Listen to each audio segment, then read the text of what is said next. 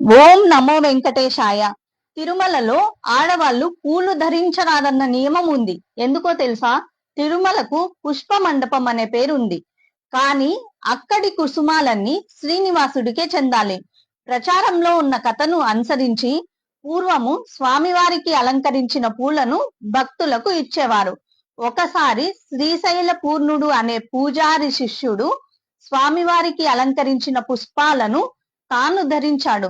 ఆ రాత్రి స్వామివారు శ్రీశైల పూర్ణుడి కలలో కనిపించి, నీ శిష్యుడు పరిమళ ద్రోహం చేశాడు అని చెప్పారట. అప్పుడు అతను ఎంతగానో చింతించాడు. ఆనాటి నుంచి స్వామివారికి అలంకరించిన కుసుమాలను కూడా భక్తులకు ఇవ్వకుండా పూల బావిలో వేయాలనే ఆచారం ప్రారంభమైంది.